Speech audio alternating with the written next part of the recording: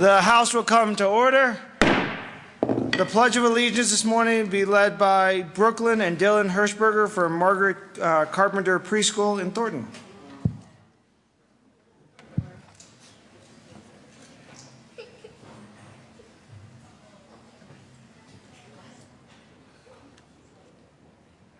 I pledge allegiance to the United States of America, to the republic which stands one nation under God, indivisible, with liberty and justice for all.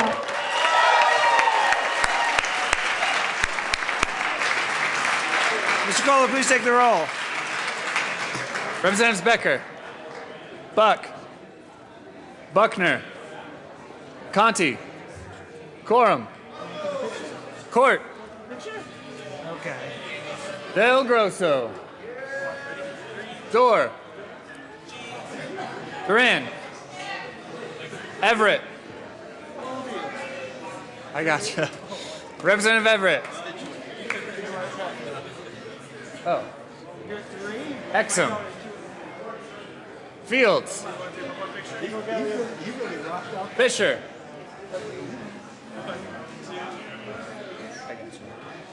Saw ya. Representative Fisher. Absent. Foote. Garcia. Representative Garcia.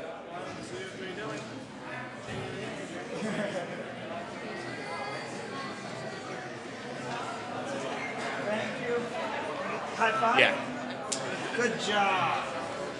Garcia. Absent. Absent. Gardner.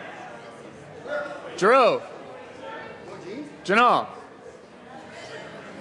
Hamner. Holbert. Hollinghorst. Humphrey. Joshi. Kagan. Kraft Tharp. Labuda. Landgraf. Representative Landgraf. Is she? Okay. Lawrence. Vepsock. Lee. May. McCann. McLaughlin. McNulty. What? Belton. Mitch Bush. Representative Garcia is present. Moreno. Murray. Navarro. Nordberg. Representative Nordberg. Nordberg's in traffic, evidently. Excused. Excused. Babone. Peniston. Pedersen. Primavera. Priola. Rankin. Rosenthal. Fisher present. Ryden. Representative Fisher is present. Sane. Salazar. Schaefer. Scott. Singer. Sonnenberg. Representative Sonnenberg.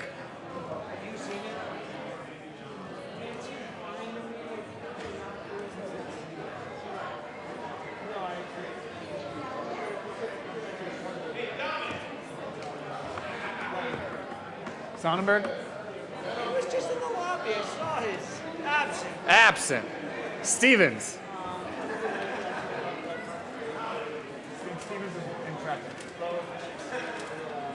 Stevens excused. Swam. Also in traffic. Swam excused. Zabo. Tyler. Vigil. Waller. Williams. Wilson. Wright. Young. Speaker Ferrandino. Morning, Corey.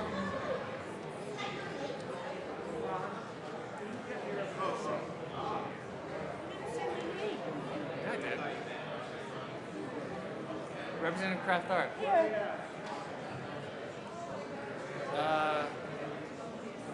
Representative Sonnenberg is present. With 62 members present, 3 excused, a quorum is present. Representative Becker. That'll be $2. It's the last day you got to do it because we're off tomorrow. Mr. Speaker, en français, je propose que la lecture d'article 16 2014 se passe et qu'ils soient approuvés tels que corrigés par le greffier en chef. You've heard the motion in some language. French. We heard I think it was French. C'est en All, français.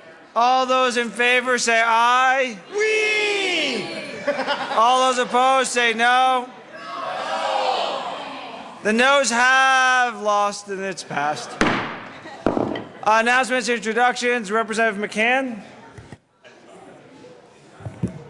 Thank you, Mr. Speaker. First of all, I would like to welcome a civics class from Denver East High School.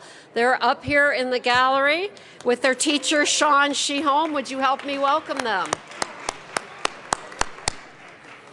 11th and 12th grade students. Secondly, reminder, we have the Claw Caucus today at noon in room 112. We'd love to see you there. It'll be an interesting debate on an initiative that may be on the ballot in the fall about no-kill shelters. So you might want to look at the ballot initiative, which is on the back of the flyer, and you might want to come today to learn more about that initiative. And while I'm on the topic of animals, you should have on your desks this morning, members, see this desk thing that's on your desk? Hot cars can be fatal to dogs, all right? If you see, if you are leaving a dog in your car, be sure the temperature outside is, don't leave dogs in your car. Warm weather can literally be a killer for dogs left inside.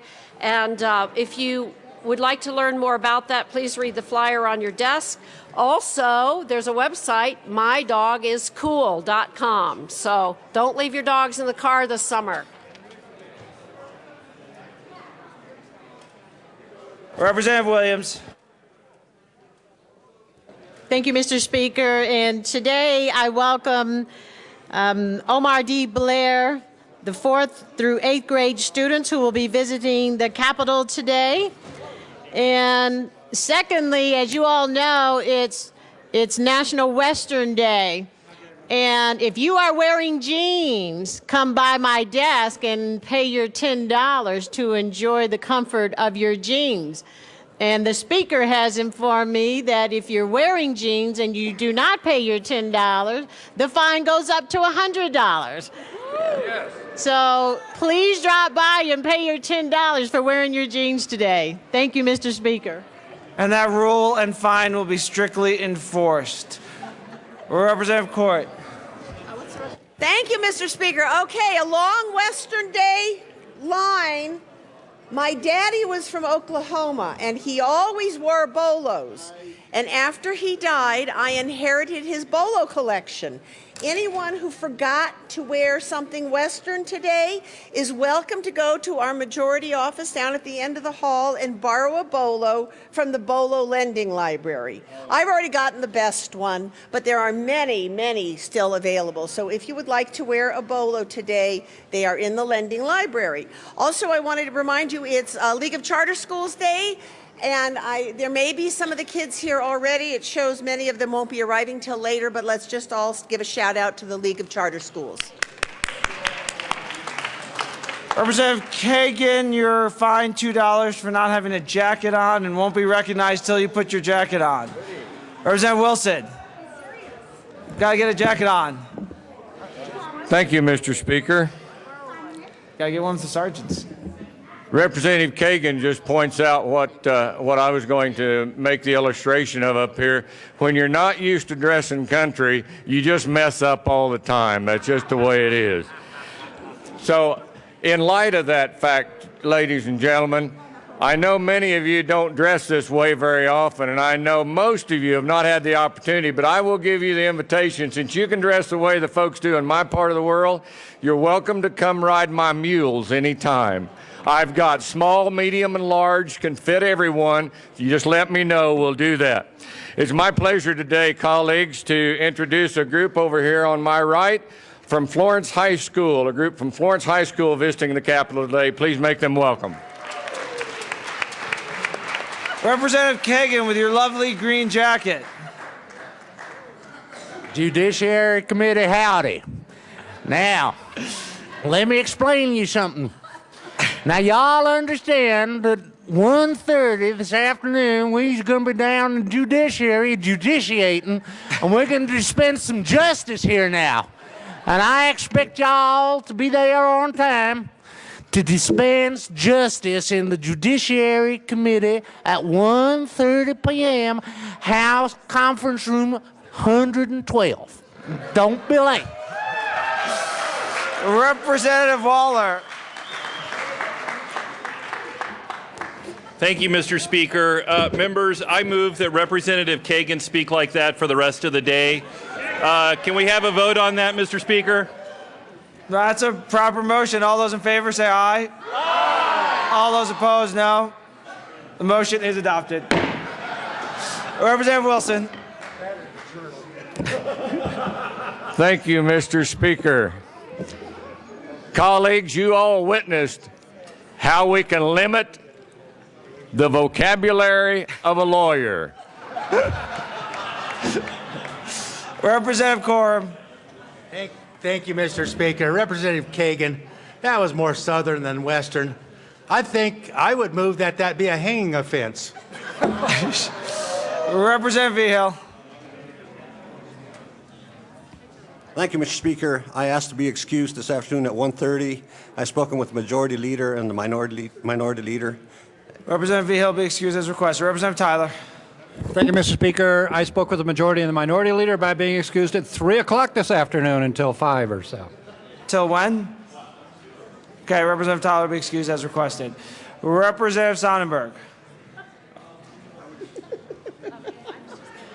Thank you, Mr. Speaker. And members, we have an extreme, how do I say this? We have a fantastic group, the best of the best, over here in auctioneers. Today is auctioneer day at the Capitol. I want you to say welcome to them, and then I want to introduce you to one special one. So help me welcome all the auctioneers, National Auctioneer Day. Representative Sonnenberg. Thank you, Mr. Speaker. And there's one I can introduce individually because of his great accomplishments. Scott Schumann is a champion auctioneer this year. So help me recognize Scott. Thank you for being here. Madam Assistant Minority Leader. Thank you, Mr. Speaker. I would like to introduce and recognize some folks in the gallery from the Society of Human Resource Managers. So let's just acknowledge that they're here with us today. Representative Conti.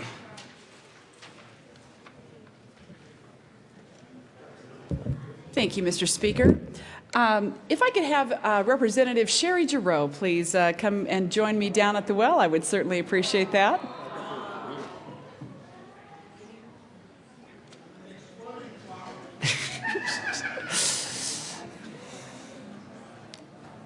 Folks, as you know, we have a tireless working crew on the Joint Budget Committee, and every year we depend on them to give us the insights and the understanding of a very complicated thing that they put on our desk that looks like the Denver phone book called the Long Bill. It's a doorstop. Yes, and Representative Giroux, we just wanted to thank you as a caucus. We are so grateful for all that you have done to serve us for these many 5 years on the Joint Budget Committee, how you've tirelessly been willing to come to our town hall meetings, explain the budget in its depth to our constituents, and as a caucus. And thank you for all that you've done. Thank you so much.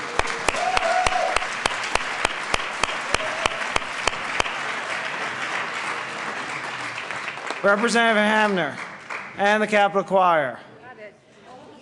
Thank you, Mr. Speaker. And we are calling the Capitol Choir down because we have a birthday in the House tomorrow. And this birthday is so special that the Speaker said we could have the day off to celebrate Representative McLaughlin's birthday. So, Representative McLaughlin, happy birthday to you. Happy birthday to you. Happy birthday, Representative McLaughlin. Happy birthday to you.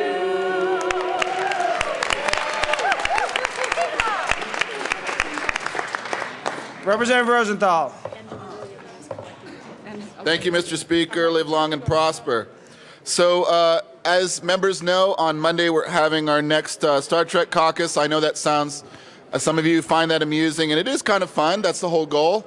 But realistically, the caucus is designed to bring members and staff and anyone together to celebrate the aerospace industry in Colorado. As you know, we had a wonderful aerospace forum a few weeks ago, and so we have a speaker coming from them called Astra LLC, and also someone from Star Trek Communicator magazine who knew Gene Roddenberry. So that's going to be on Monday at 3 o'clock at the Old Supreme Court. So everybody is welcome, regardless of party and staff. Anybody's welcome. Thank you very much. Monday at 3 o'clock. Thank you, Mr. Speaker. Further announcements and introductions. Representative Lawrence. Sorry, Ray. Thank you, Mr. Speaker. And ladies and gentlemen, I would just like to remind you that tonight is the first playoff game of the Avs and the Minnesota Timberwolves on our way to the Stanley Cup, so go Avs. Sounds great. Representative Scott. Thank you, Mr. Speaker. I ask permission to be excused today from about noon until about until about 4 o'clock. Representative Scott will be excused as requested. Further announcements or introductions? Members, can we have you return to your desks? Representative Everett. Thank you, Mr. Speaker. Sunday marks the 15th anniversary of the Columbine tragedy, so I'd ask this chamber to have a moment of silence and honoring and remembering the families and the victims of that tragedy. Thank you. The House will observe a moment of silence.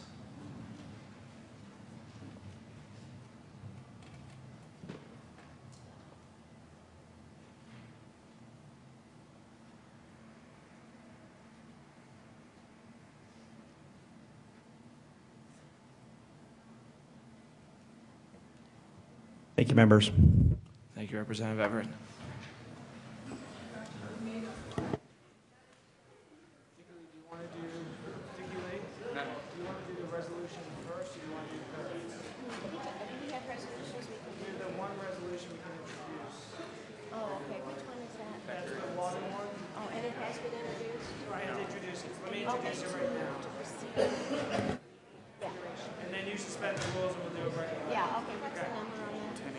Introduction of resolutions.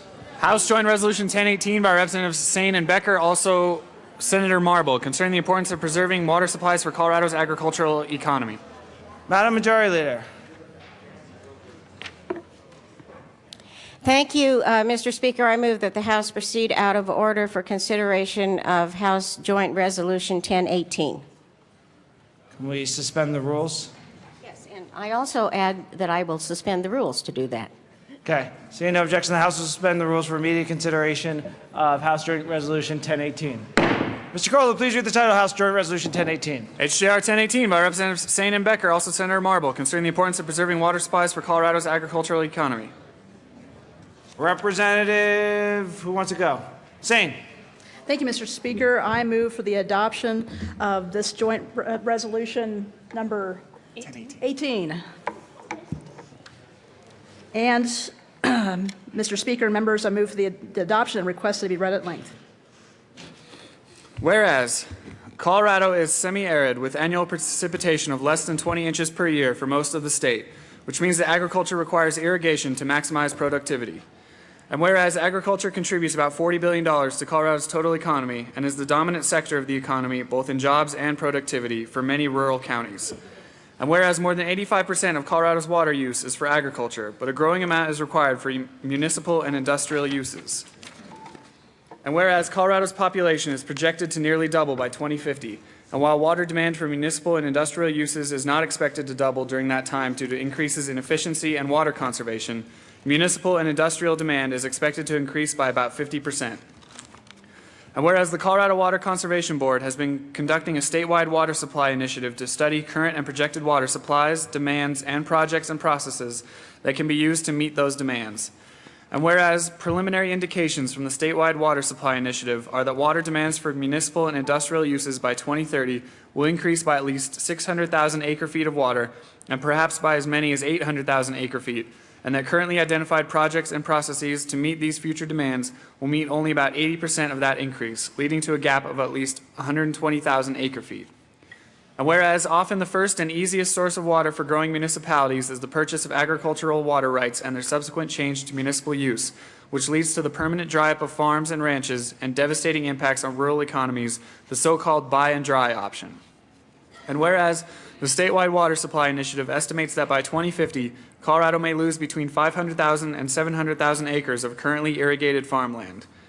And whereas the General Assembly must continue to develop and enact alternatives to the buy and dry option in order to protect Colorado's agricultural economy and rural communities while balancing the need to satisfy agricultural water demands with the need to meet environmental, recreational, municipal, and industrial demands. And whereas positive examples of such alternatives enacted in 2013 include acts to adjust and clarify the adjudication standards for water storage, protect old irrigation water rights whose decrees were ambiguous regarding the amount of acreage that may be irrigated under the water right, incentivize the conservation of designated groundwater, and protect water rights, typically old irrigation rights, with an erroneously located point of diversion by allowing the owners to apply a correction in the point of diversion. And whereas positive examples of such alternatives enacted in previous years include acts authorizing interruptible water supply agreements, fallowing contracts, and water banks. And whereas groundwater supplies are critical to agriculture and every effort should be made to ensure sustainable yield from alluvial aquifers, particularly in light of the 2013 flooding that saturated the ground in many parts of the state. And whereas irrigated land is vital to Colorado's wildlife and the beauty of Colorado, for example, as memorialized by Kathy Lee Bates in her famous lyrics in America the Beautiful, which was inspired by her view of Colorado's eastern plains from the top of Pikes Peak. Now, therefore, be it resolved by the House of Representatives of the 69th General Assembly of the State of Colorado, the Senate concurring herein, that the General Assembly, working with the executive branch and Colorado's water community, pledges to continue its efforts to address Colorado's forecast water supply-demand imbalance in ways that protect, to the maximum extent practicable, Colorado's irrigated agriculture, minimize the dry-up of irrigated agriculture, and ensure full mitigation whenever water is removed from irrigated lands. Must remain cognizant of the importance of Colorado's irrigated agriculture and its contributions to Colorado's culture, economy, beauty, and natural heritage. Must encourage and invest in information and education outreach efforts to increase Coloradans' agricultural literacy concerning the many contributions and benefits of Colorado's irrigated agriculture, and recognizes that the value of a water right lies in the certainty that it can be exercised within the priority system while protecting senior property rights. And Colorado's laws must provide that certainty and must continue to act as the guardian not only of Colorado's water, given Colorado's status as the quintessential headwater state, but also of Colorado's prior appropriation doctrine. Representative Becker.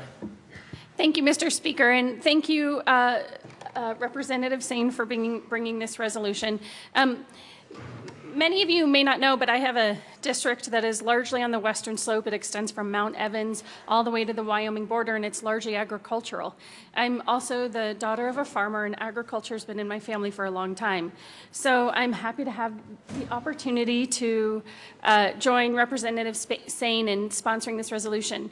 You heard that there's a process going on to identify the pending water gap that we have in this state. You also heard that we expect to be short about 120,000 acre-feet after all supplies are built out. An acre-foot of water is 1 acre of water, 1 foot high.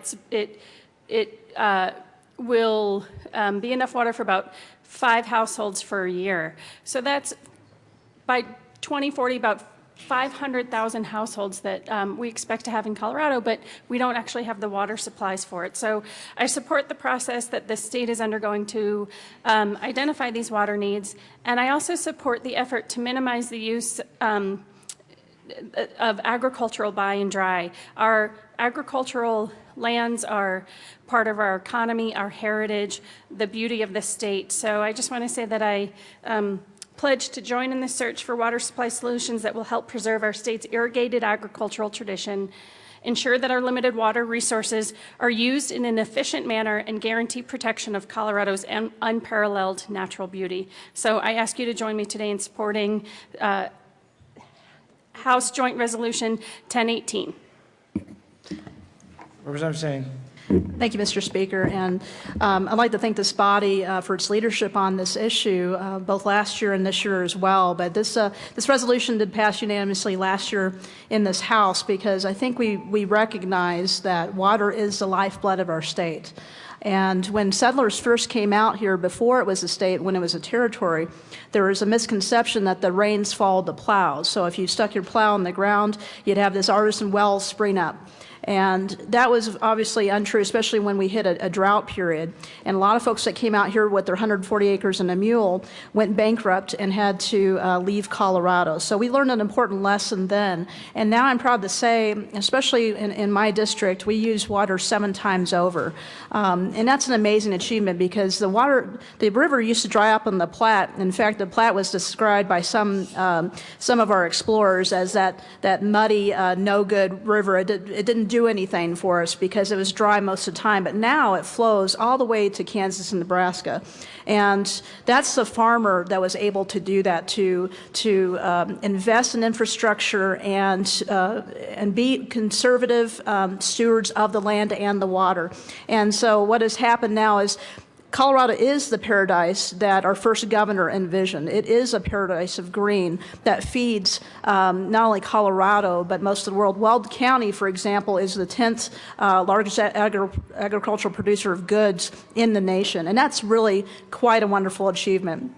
But all of Colorado lives and dies by water. So this is a very important thing to recognize. I want to also acknowledge the leadership of Representative Fisher and the members of our Agricultural and Natural Resources Committee on all the work they've been doing this year and last. And I thank you.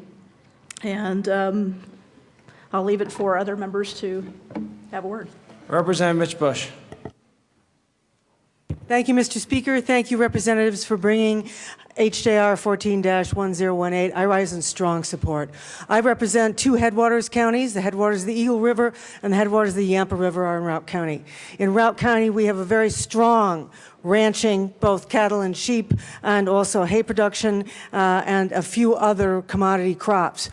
Agricultural water is essential for all of us in Colorado. It is absolutely critical that we all work together to prevent buy and dry. And like the 2 sponsors, I congratulate all the members of this body who have helped with that process. And we have to be especially vigilant with regard to the 2014 water plan. Thank you again for bringing this resolution. Please vote aye. Representative Quorum.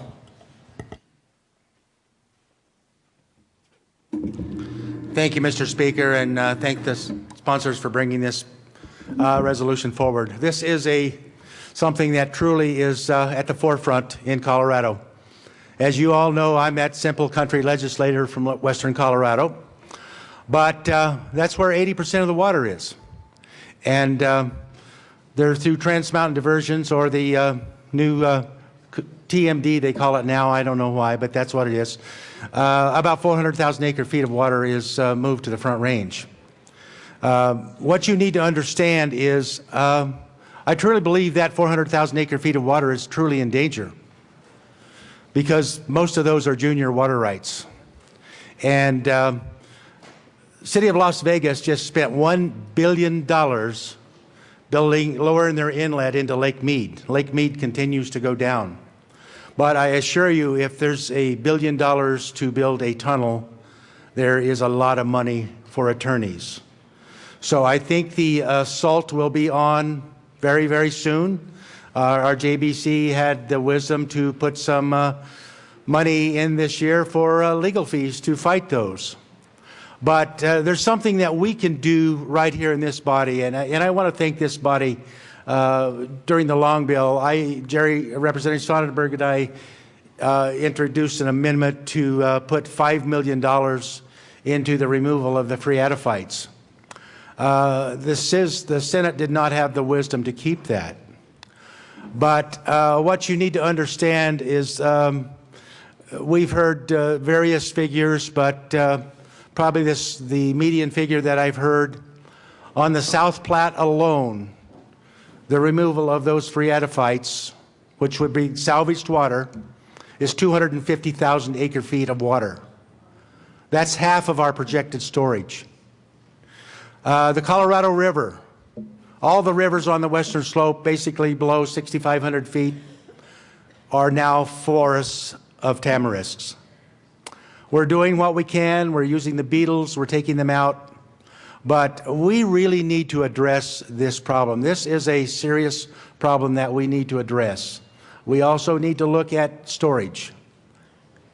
I think if you look at the amount of water that went down the Platte last year into Nebraska, that Lake McConaughey actually was able to catch a lot. They actually had to release a lot because they have stored. Nebraska has done a better job of storage than Colorado. We need to bring the seriousness of water to the forefront because agriculture, the number 2 industry, depends on a lot of water. It uses about 85% of the water. But if we lose that water, we're in dire straits because agriculture will be impacted very bad. But really, let's think about what we can do. $5 million would not have been a lot of money. We spent $30 or $40 million, I believe, settling a lawsuit with Kansas on the Republican River because we let more water, we kept more water than the compact called for. So we really need to bring water storage, and let's talk about high mountain storage. We're always talking about Lake Powell and Lake Mead, how low they are. But their evaporation rate is about 5%. That's far more than the shortage that we're predicting in Colorado. If we were to create some high mountain storage where the evaporation is less, we invest the money to use that water where we can use it on either side of the mountain where it's needed, I think that's something we really need to consider. So I ask that you really take a long look at the water future of Colorado. I am certainly on interim water going to run legislation back this year to address this phreatophyte problem, and I hope that I would have the support of the 65 members of the General Assembly in doing so. Thank you. Representative Holbert. Thank you, Mr. Speaker. Representative Sane and Becker, thanks for bringing the resolution. I talked before about the Reuter-Hess and Parker water and sanitation system that exists just south of Denver here. And I want to ask the chair of our Ag Committee and the members, anyone who's interested in what we're doing out in Douglas County, what Parker Water and Sanitation has done, please come talk to me. I would be happy to try to set up a tour to help improve understanding what Reuter-Hess actually is. In the community of Parker, it exists around the Cherry Creek, and it slopes downhill going south to north from about Franktown down to Cherry Creek Reservoir. But what we are doing, what they are doing in the community of Parker is they are collecting that water at the downhill end, cleaning it and pumping it back uphill and putting it into the storage facility known as Reuter-Hess. They are relieving the reliance in Douglas County on the aquifer water, but also the dry and buy scenario. We need to be able to continue to develop northern Douglas County in communities like Parker and Lone Tree. And this is, I believe, the cutting edge example of how we actually get to a renewable or reusable source of water. It is a fascinating system. You don't realize what it is just by driving by on E470 or Chambers Road. You can see to the east from I-25 at Castle Pines North. You can look to the east and look down into Ruder-Hess Reservoir. But if you don't know what that system is, it might look like Chatfield or Cherry Creek or any other large holding facility where we're just storing water. And I want to support water storage and the expansion of water storage, but that's not what Ruder-Hess is. If you consider yourself leaning toward an environmentalist agenda, a green agenda, a renewable energy agenda, if those things are appealing to you, please don't overlook the fascinating existing model. It works. And we are reusing that same cup of water over and over and over again by collecting it at the downhill end of Parker, cleaning it, pumping it uphill at night when electricity costs less, and putting it back into Ruder-Hess, and it's on demand. It is so exciting to see the growing amount of water, the supply that is there in Ruder-Hess. It's never intended to be brim full, because it's always there for the community to use. And for those of you up in Aurora, I think we have some cooperative agreements surrounding communities. If your government, if your community is looking for a place to keep renewable water, we have that facility down in Douglas County, and it's just such an exciting opportunity. Again, if you have an interest in water, in ag issues, please come see me. We'd love to do an interim tour down at Ruder-Hess Reservoir. Ask for your support. Representative Fisher. Thank you, Mr. Speaker. Members, I want to thank Representatives Sain and Becker for bringing forward this resolution.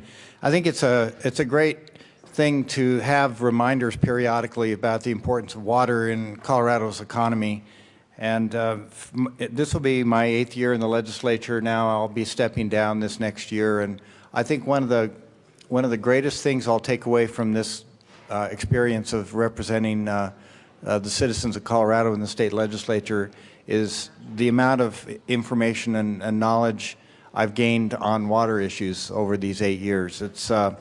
I've had the privilege to serve with some true leaders in this arena. I'm thinking about Representative Kathleen Curry and Senator Jim Iskar. When I first arrived, just taught me a tremendous amount about our system. And I think about the leadership shown by Russell George in implementing the House Bill 1177 process that set up the Basin Roundtables and the Interbasin Compact Committee, which, and by the way, I have the honor of serving on the Interbasin Compact Committee as the chair of the House Ag Committee, and they have a process underway to develop a way that we're going to meet this demand, and ensure that agricultural buy and dry is not the default mechanism for meeting our future demands. And so I really honor and applaud all the work that's being done on the IBCC. And you know, one thing I've learned from my experience here is that there's no such thing as a simple water bill. Believe me, you may think a two-word change in the statutes would be simple, but there is no simple water bill. And it makes me understand and appreciate even more the leadership and the wisdom of the folks that came before us. I'm thinking of Fred Anderson from Loveland, who recently passed away. Was the architect of the '69 Water Rights and Administration Act. And I wonder if water has become so contentious in those intervening years, I wonder if we would actually have the wisdom and the ability to sit down at a table together and work out the '69 Act today. It has become so contentious, but we really need, we desperately need that wisdom and leadership going forward. And I'm confident that this body, when I step down and others step down, there will be those that will step up and exhibit that wisdom and leadership. And I just want to end by saying that now we have this process underway for developing the state Colorado's water plan that was the result of an executive order by Governor Hickenlooper. And I've heard our director of the Colorado Water Conservation Board on a number of occasions say that if we do nothing today, if we change nothing, we will dry up 20,000 acres of irrigated agriculture in the South Platte Basin, because that's the amount of land that is already been purchased by interests that are eventually going to move that water to municipal and urban and industrial uses. That's if we stop right now, today, and with the agricultural buy and dry process. So it is a serious problem. Our irrigated agriculture contributes tremendously to our economy here in Colorado, and we can't afford to lose it. So I really applaud Representative Sane and Representative Becker for bringing forward this resolution. Representative McNulty. Thank you, Mr. Speaker. Thank you, Representative Sane. Thank you, Representative Becker. I move Amendment L001. Amendment L001 is properly displayed. To the amendment, Representative McNulty. Thank you, Mr. Speaker. One of the things that we can do in addition to all of the other items that are outlined is expand existing reservoir storage. Having these buckets, being able to fill these buckets with more water is critical not only to our friends in agriculture, but also to those of us who represent suburban communities and rely on our friends in agriculture. So I ask for an aye vote on L001. Is there any further discussion on the resolution? Seeing none, is there objection to taking a voice vote? Seeing none, we'll proceed in that matter. All those in favor say aye. Aye. All those opposed, no. The amendment is adopted. Representative Murray. Thank you, Mr. Speaker. As I've listened to this discussion, I've thought about us suburbanites and urbanites and our part in all of this. And I know that we have a huge movement to xeriscape our lawns and to try to get rid of bluegrass. But I just think that we have never connected farmers with our green lawns. And, I think there could be some future in that, I know that when we're doing plantings at my house, I'm trying to plant greenery that is natural and doesn't require a lot of water. And the longer I talk about the state cactus, I mean, we like to make jokes about that. I really do believe that it tells Midwesterners like me, Easterners who move here, that, you need to sort of leave the mentality of beauty of your lawn, leave that behind and see the beauty and specialness of the place where we are. It came to me as we've been discussing this that we need to do more to connect a suburbanite or an urbanite with our rural farmers. And, maybe what we need is a campaign like we have Hug an Angler or Hug a Hunter and say, save a farmer, xeriscape your lawn. So maybe that's an idea that we need to move in as a state to encourage people to understand the connection between the overuse of water and being able to help a farmer hold on to his land. Thank you, and I appreciate this resolution. Representative Wyden. Thank you, Mr. Speaker. And as a representative of the great city of Aurora, I do want to give a shout out to Aurora and Aurora Water for what they have done over the past couple of decades.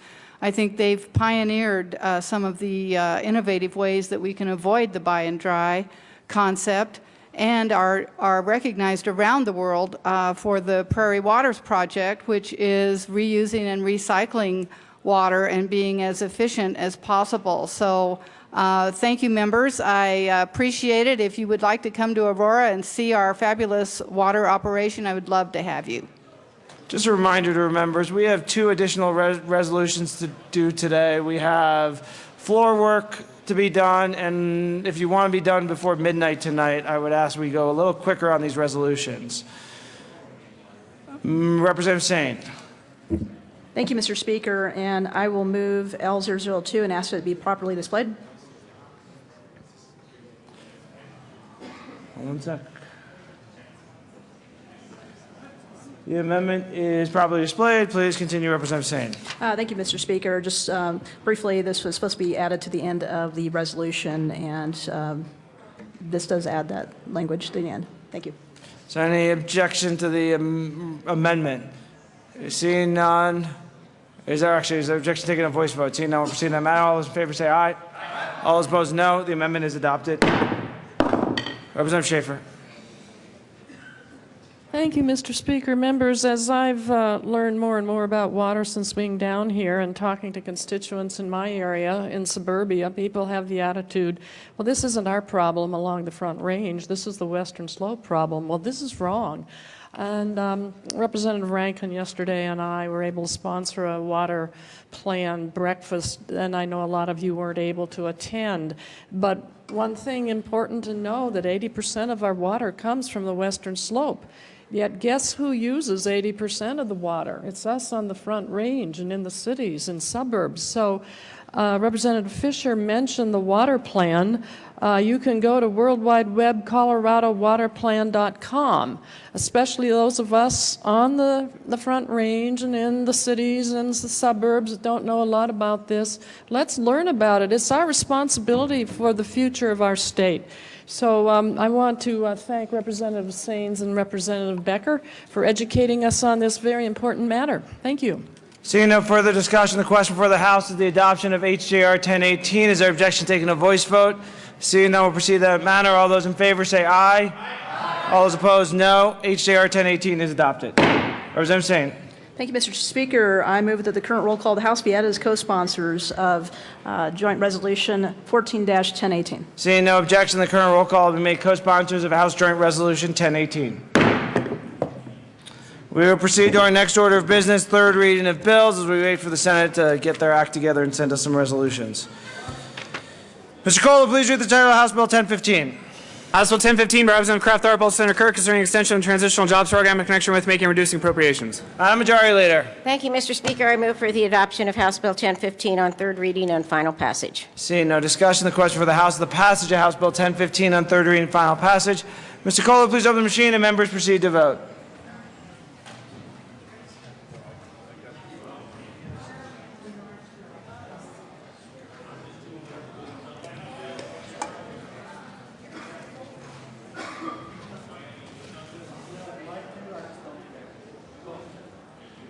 Representatives Garcia, McNulty, Schaefer, Priola, and Pabon.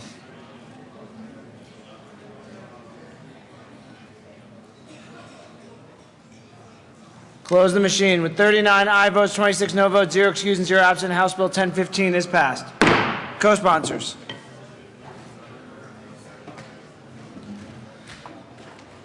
Close the machine. Mr. Cole, please read the title of House Bill 1297. House Bill 1297, Representative Janot, also Senator Aguilar, concerning analysis to determine whether oil and gas operations have an impact on human health along the Front Range in connection with making and reducing appropriations. Madam Majority Leader.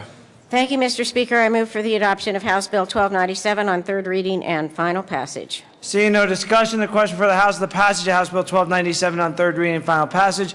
Mr. Cole, please open the machine and members proceed to vote.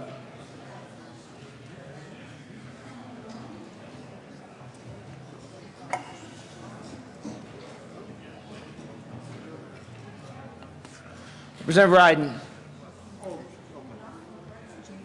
Close the machine. With 38 aye votes, 27 no votes, 0 excused, and 0 absent, House Bill 1297 is passed. Co-sponsors.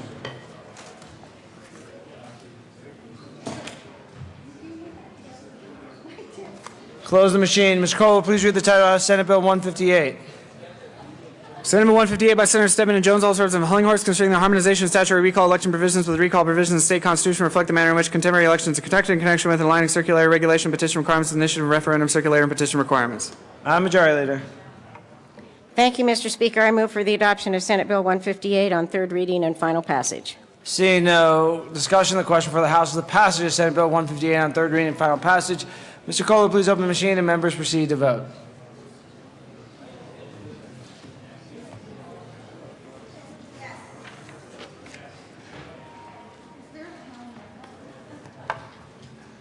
Representatives McNulty. Close the machine with 37 aye votes, 28 no votes, 0 excused, and 0 absent. Senate Bill 158 is passed. Co-sponsors.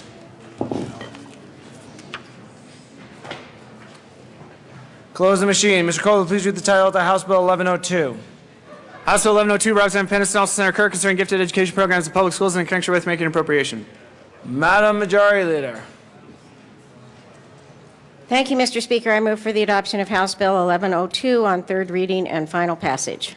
Seeing no discussion, the question for the House is the passage of House Bill 1102 on third reading and final passage.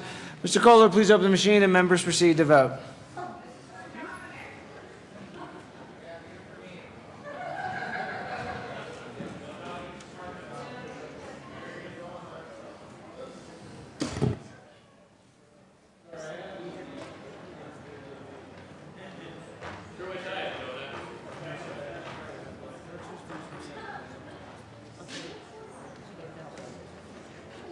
Close the machine with 37 aye votes, 28 no votes, 0 excused, and 0 absent. House Bill 1102 is passed. Co-sponsors.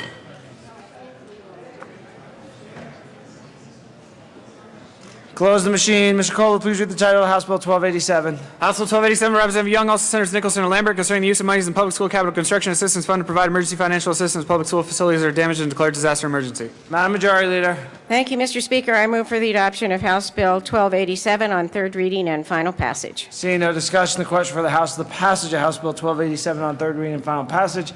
Mr. Kohler, please open the machine and members proceed to vote.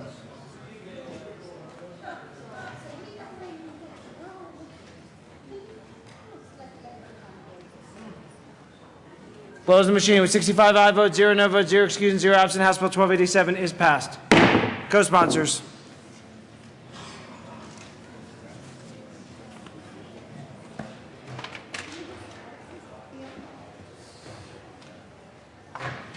Close the machine. Mr. Kohler, please read the title of the House Bill 1355. 1335, sorry. House Bill 1335, Representative Moreno, also Senator Jones, concerning campaign contribution limits that are applicable to candidate committees for candidates who are not affiliated with a major political party. Madam Majority Leader. Thank you, Mr. Speaker. I move for the adoption of House Bill 1335 on third reading and final passage. Seeing no discussion, the question for the House is the passage of House Bill 1335 on third reading and final passage. Mr. Kohler, please open the machine and members proceed to vote.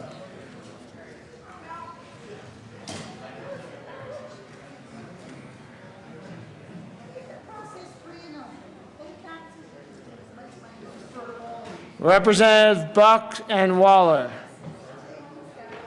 Close the machine with 60 aye votes, 5 no votes, 0 excused, and 0 absent. House Bill 1335 is passed. Co-sponsors.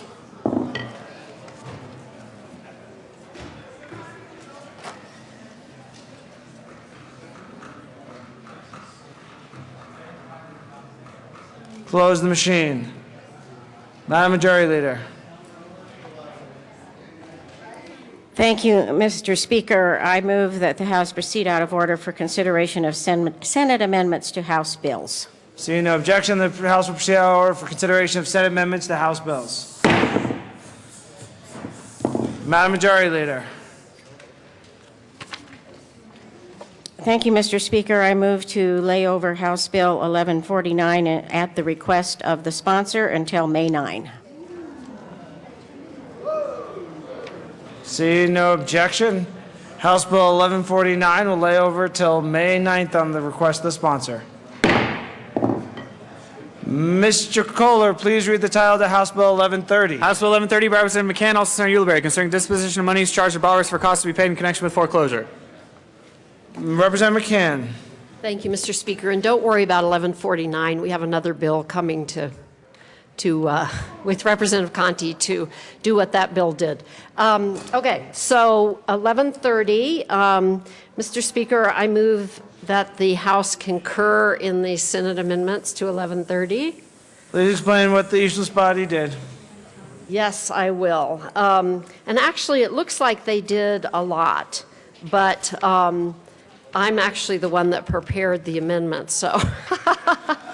So as usual, the House did the work, the Senate just took credit for it. Exactly, Mr. Speaker. But essentially what it did, this is the bill, if you recall, that requires that public trustees and lenders return money to borrowers in a foreclosure situation if the borrower is curing the default and extra money, too much money was paid by the borrower to cure the default. This bill requires the trustee or the lender to return that money to the borrower. So once we passed it here in the House, there were some suggestions made by the public trustees and by the lenders that would make the process work a little more smoothly and make it a little clearer. So essentially, the amendment continues what we did the first time, but it incorporates suggestions that were made by those that are in the trenches in foreclosure work. So with that, I would renew my motion for concurrence with the Senate amendments. Is there any further discussion? Seeing none, the question before the House is to concur in Senate amendments to House Bill 1130. Mr. Kohler, please open the machine and members proceed to vote.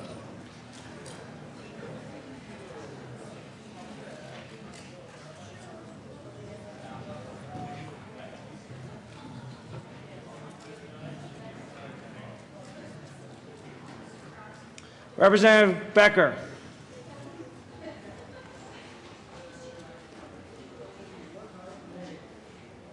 Close the machine with 65 aye votes, 0 no votes, 0 excused, and 0 absent. The House concurs in Senate amendments to House Bill 1130. Madam Majority Leader. Thank you, Mr. Speaker. I move for the repassage of House Bill 1130 as amended. Seeing no discussion, the question for the House is the repassage of House Bill 1130 is amended. Mr. Kohler, please open the machine and members proceed to vote.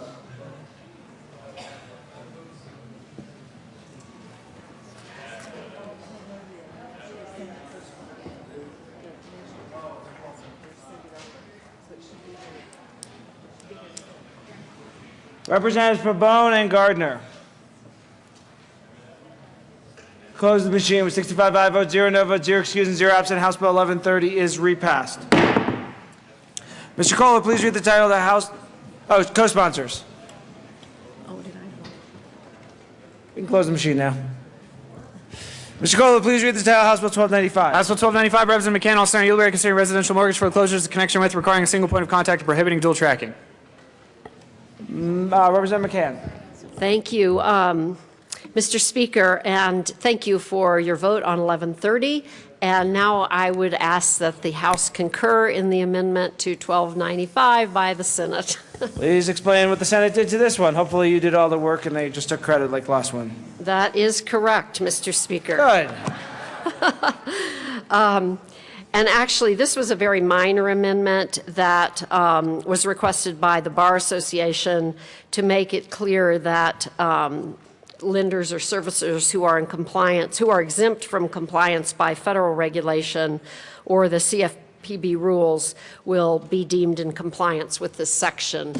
We had already put in the statute that if a lender or servicer was in compliance with the CFPB rules or the federal law, they would be in compliance with this section. So there are some kinds of mortgages like reverse mortgages and some of the complicated commercial mortgages that are not subject to the CFPB rules or to the regulations under federal law. So we did not intend to include them in this bill. So this is just a clarifying amendment to make sure that that is clear, that those kinds of loans are not encompassed in the reach of Senate Bill or House Bill 1295, which is really designed for residential real estate mortgages. So with that, I would ask for concurrence in the Senate amendment to 1295. Seeing no further discussion, the question for the House is to concur in Senate amendments to House Bill 1295. Mr. Kohler, please open the machine and members proceed to vote. I'm on my way, but I don't want to spill my water, so I'm going to just... Representative McNulty. McNulty. McNulty. McNulty. And Becker. Close the machine with 65 aye votes, 0 no votes, 0 excused, and 0 absent. The House concurs in Senate amendments to House Bill 1295. Madam Majority Leader. Thank you, Mr. Speaker. I move for repassage of House Bill 1295 as amended. Seeing no discussion, the question for the House of the repassage of House Bill 1295 is amended. Mr. Kohler, please open the machine and members proceed to vote.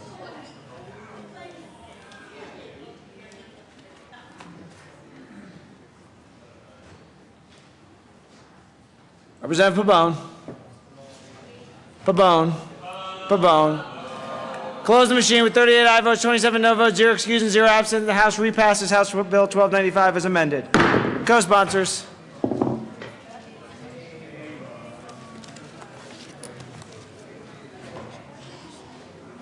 Close the machine. Message from the lower body. Mr. Speaker, the lower body has adopted May the message of the lower body be printed in the journal. Introduction of resolutions. Senate Joint Resolution 22 by Senators Baumgartner and Heath, also Representatives Del Grosso and Becker, concerning the recognition and commendation of the people of Colorado and the United States on the 100th anniversary of the establishment of Rocky Mountain National Park. Madam Majority Leader. Thank you, Mr. Speaker. I move the House suspend the rules for immediate consideration of SJR 22. Seeing no objection, the House will suspend the rules for immediate consideration of SJR 22. Mr. Kohler, please read the title to SJR 22. Senate Joint Resolution 22 by Senators Baumgartner and Heath, also Representatives Del Grosso and Becker, concerning the recognition and commendation of the people of Colorado and the United States on the 100th anniversary of the establishment of Rocky Mountain National Park. Mr. Minority Leader. Thank you, Mr. Speaker. I move Senate Joint Resolution 22 and ask that it be read at length. Whereas, 100 years ago, groups of citizens and officials in Colorado displayed great foresight in recognizing the potential benefits of a national park in the southern Rocky Mountains. And whereas on January 26, 1915, President Woodrow Wilson signed the Rocky Mountain National Park Act, creating Rocky Mountain National Park in the state of Colorado. And whereas the fragile alpine tundra encompasses 1/3 of Rocky Mountain National Park and is one of the largest examples of alpine tundra ecosystems preserved in the national park system in the lower 48 states. And whereas Rocky Mountain National Park serves as a place for visitors to enjoy 359 miles of hiking trails, 150 lakes, scenic drives, and extensive wildlife viewing. And whereas the National Park Service provides unique outdoor education within Rocky Mountain National Park that provides visitors with opportunities to learn about the diverse park ecosystems, environmental stewardship, wilderness areas, and the principles of leave no trace. And whereas Rocky Mountain National Park is an internationally recognized biosphere reserve with scientific interest and significance, where biological and cultural resources represent a natural laboratory of extraordinary diversity in which researchers can explore and make discoveries for the benefit of present and future generations. And whereas Rocky Mountain National Park has a higher average altitude than any other national park in the United States, with at least 60 mountains higher than 12,000 feet, including Long's Peak, which stands at a massive 14,259 feet. And whereas the Continental Divide runs through Rocky Mountain National Park, and the park contains the headwaters of several river systems, including the Colorado River. And whereas Trail Ridge Road, Rocky Mountain National Park's highway to the sky, spans 48 miles, 11 miles of which are above tree line, and peaks at an astounding 12,183 feet. And whereas Trail Ridge Road provides access to breathtaking views, an abundance of wildlife, and spectacular alpine wildflower exhibitions, is one of 10 America's byways and is a designated All-American roadway. And whereas on March 30th, 2009, 95% of Rocky Mountain National Park was designated as wilderness, thereby conferring the highest level of conservation protection for federal lands in order to protect the park's majestic terrain from future development. And whereas more than 170 million visitors have visited Rocky Mountain National Park since its establishment in 1915, and the park continues to serve the people of Colorado, the United States, and the world with a place of outstanding natural beauty and refuge. And whereas the National Park Service will continue its long tradition of protecting and providing enjoyment to citizens with the wilderness, wildlife, and wonder found within Rocky Mountain National Park, inspiring stewardship in future generations for the next 100 years and beyond. And whereas in 1909, reflecting on the beauty of Rocky Mountain National Park, Enos Mills wrote, "In years to come, when I am asleep beneath the pines, thousands of families will find rest and hope in this park." And whereas more than 1 century later, Rocky Mountain National Park is the most popular attraction in Colorado, drawing 3 million annual visitors to its 416 square miles of mountain beauty. And whereas this anniversary marks the celebration of more than 100 years of work by many committed stakeholders, from the local communities to the federal government. Now, therefore, be it resolved by the Senate of the 69th General Assembly of the State of Colorado, the House of Representatives concurring herein, that the Colorado General Assembly honors the 100th anniversary of the signing of the Rocky Mountain National Park Act, recognizes more than 100 years of work by many committed stakeholders, from local communities to the federal government, and commends the National Park Service and so many Coloradans for their dedication to preserving this region of the southern Rocky Mountains for future generations. Be it further resolved that copies of this joint resolution be sent to the National Park Service, the Board of Trustees of Grand Lake, Colorado, the Board of Trustees of Granby, Colorado, and the Board of Trustees of Estes Park, Colorado. Representative Becker. Members, you may not realize it, but each morning when we look at the front of the House chambers, we are fortunate to behold a paragon of natural beauty. And no, I am not referring to the Speaker or the talented Mr. Kohler. I am actually referring to the painting of Long's Peak that graces the wall behind the Speaker.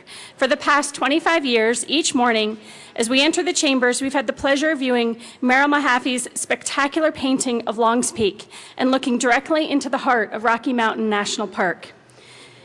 Just as Rocky Mountain National Park is here with us every day in the House chambers, the park is present in the daily lives of tens of thousands of Coloradans.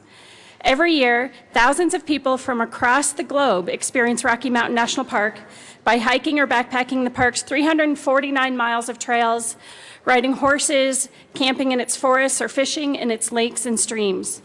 Thousands of visitors every year gain a bird's eye view of the park by driving over Trail Ridge Road, where they reach over 12,000 feet above sea level. A smaller group of very adventurous people may cross-country ski, backcountry ski, climb multi-pitch rock routes, and frozen waterfalls in the park.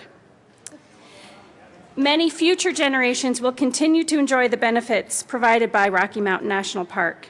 And this is a cause of celebration, Rocky Mountain National Park's 100th anniversary. Rocky Mountain National Park is in the midst of a full year of activities celebrating the park's centennial in January of next year. Programs highlighting the unique aspects of the park have been scheduled regularly for the coming year.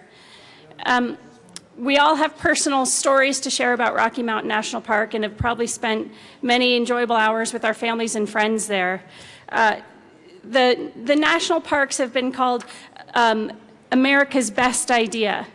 And Rocky Mountain National Park is one of the crown jewels of our national park system, is recognized for being a signature and iconic park. So please join me in celebrating the 100th anniversary of the park, and feel free to come down and share your own stories. I'll tell you one quick one. Okay, maybe not. Unless you want to be here until midnight. I thought I came closest to death was at Lumpy Ridge National Park, climbing one day. But I had 3 fantastic months living in the park and working for the current superintendent about 14 years ago when I was an attorney for the National Park Service. And I think it's one of Colorado's most special places. Mr. Minority Leader. Thank you, Mr. Speaker and members. You know, what more can I add than when we're seeing the beautiful pictures that are there? So when we're talking about Rocky Mountain National Park, I think the more I speak, I'm going to actually ruin what you actually see up there on the screen. Very good point, Mr. Minority Leader. I do just want to point out the fact that a couple of things in the resolution where it says more than 170 million visitors has visited since its inception in 1915.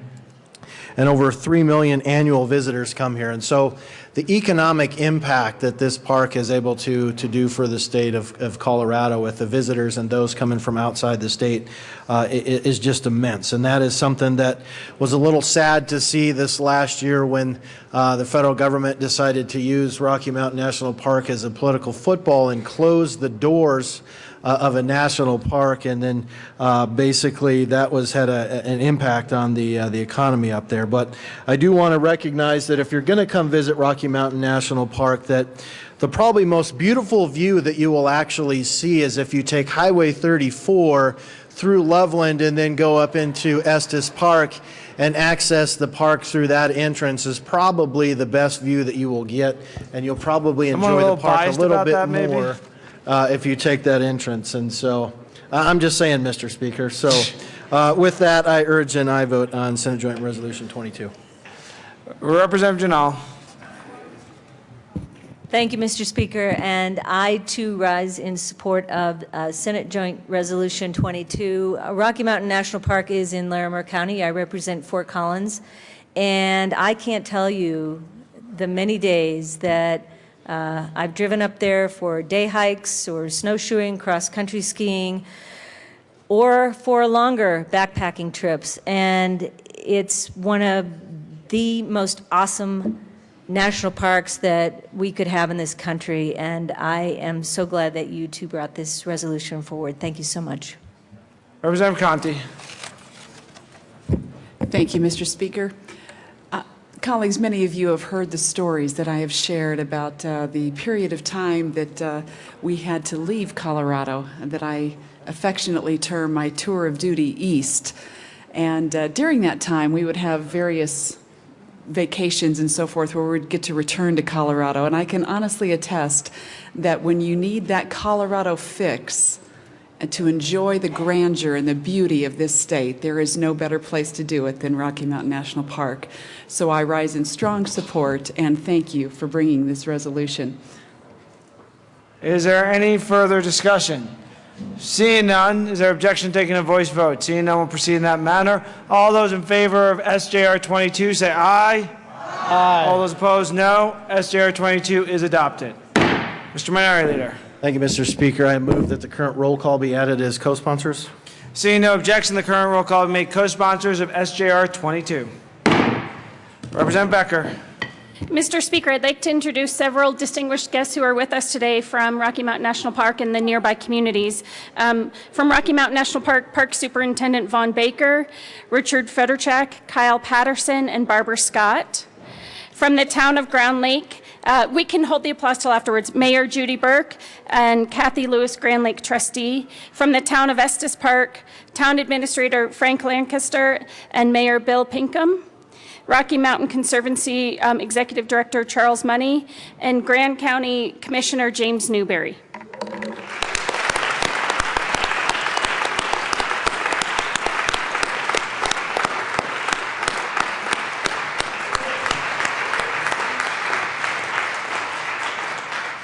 Thank you, Representative Becker and Minority Leader Del Grosso. Madam Majority Leader.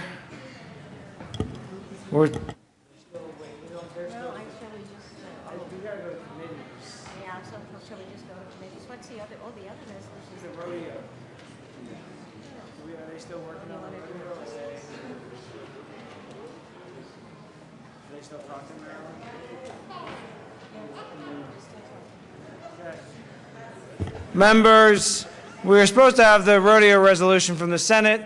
They are still talking like usual. Unfortunately, we do have to go to committees. We will do it this afternoon when we come back at 4. They're just introducing guests now, so maybe we will stand. Okay, Representative, we'll do introductions and then we'll see if we get it by the time we're done with introductions. Representative Stevens. Well, thank you, Mr. Speaker. And members, we have some very special visitors today, and I'm just sorry they've had to wait for the Senate, shame on them, on this rodeo resolution. But I would like to introduce to you Maggie Murphy. She's 19. She is in the back here. You'll see this lovely banner over her. She was named El Paso County Fair Queen on March 15th. She had to compete in horsemanship and speaking and a personal interview. She graduated 4th in her class at 50, and she's been riding horses for 15 years now, which is just wonderful. And we certainly would like, she is also here today, and I think I just forgot the other paper. Could our lovely guest also stand up? Now, wait a minute. I've got to run to my desk, but it's, tell us your name, please. I'm so sorry. I have it at my desk. Shelby Gillis. And Shelby, you're from Peyton as well? You're from Ellicott. Okay, we want to just thank you for being here today. These lovely young women, talented, they're the future for Colorado. We're thrilled you're here for the rodeo day as well. We just thank you so much. Please be sure to introduce yourself and say hello to these wonderful guests today. Thank you. Representative Sonnenberg. Thank you, Mr. Speaker. It appears that I am now the treasurer for the donations you are making for wearing jeans. I was asked about, there we go, I was asked about writing a check. You can write a check. However, I'm not sure it's going to be good in 10 months. I've had a number of people in my business want to write a check and ask me to hold it until 2016. So I would prefer that you write me just an IOU that I can put in the folder, and then next January I'll come collect, and if you want to write a check then, that would make more sense. So whatever works for you, but that would be helpful to me. Thank you. Just make sure it's $10, otherwise you're fined $100. Representative Janal. Thank you, Mr. Speaker. And I just want to welcome in the gallery, I think they're still here, Trout Core Knowledge School from Fort Collins. They're fourth graders, and I'd like a round of applause for Trout Core Knowledge School up there. Thank you. Representative Sonnenberg for another announcement or introduction. Well, thank you. And was this your fourth time at the well today, or fifth? Yeah, something like that. I've already been fired. Members, the new person that will manage those funds will be Perry Buck. It was brought to my attention that there's no way, since I'm going to hope to go to the Senate, that this would get any credit in the Senate at all, so we are going to move it. Perry Buck will be the administrator of the funds. Thank you. Further announcements and introductions. Representative Kraft-Tharp. Thank you. So members, can I have your attention? Could you all please help me welcome my godson, my cousin, Alex Krakow, who's here shadowing me today. And this is going to be part of his college application process of spending the day at the Colorado Legislature. So be warned. Thank you. Further announcements or introductions. Representative Singer. Thank you, Mr. Speaker. Thank you. Just a quick reminder to local government that we will be meeting upon adjournment, and we have two bills up, I believe, and we'll be meeting 10 minutes after adjournment. Representative Court. Thank you, Mr. Speaker. Finance Committee. We have 4 bills up. We'll meet immediately upon adjournment, but you might want to plan to have lunch because we do have 4 bills, and we also have afternoon committees, many of us. So Finance Committee upon adjournment, maybe work through lunch.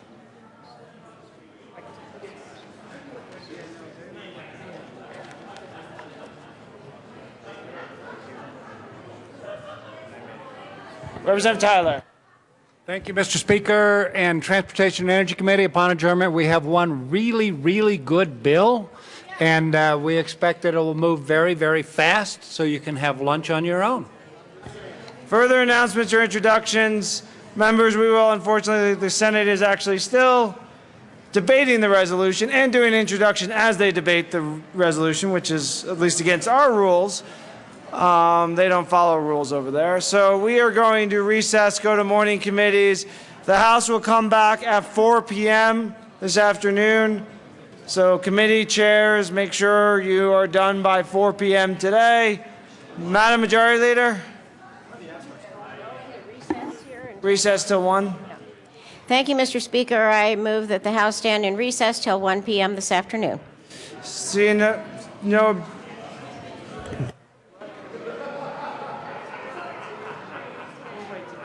Seeing no objection, the House stand in recess till 1 p.m.